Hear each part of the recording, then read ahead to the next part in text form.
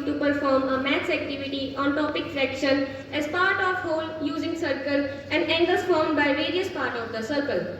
So friends, can you identify this shape? It's circle. And can you tell the measure of angle made by circle? Yes, it's 360. This sheet is representing whole as circle and whole means a complete thing. Now we will divide this sheet into different parts and find its fraction and angles.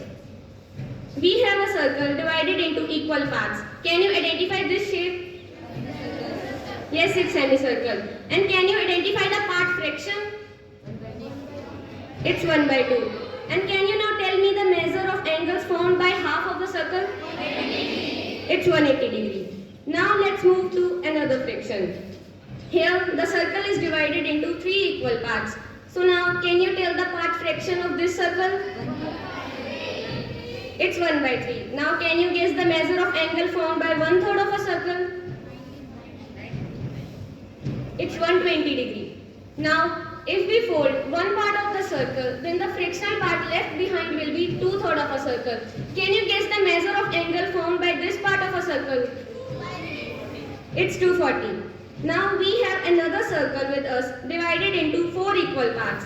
Friends, can you identify the fractional part? It's 1 by 4. Now what will be the measure of angle formed? It's 90 degree.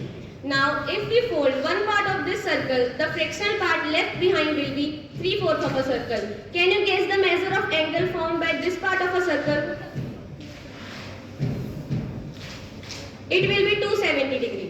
This was all about the today's activity. Thank you. Hope you all like it.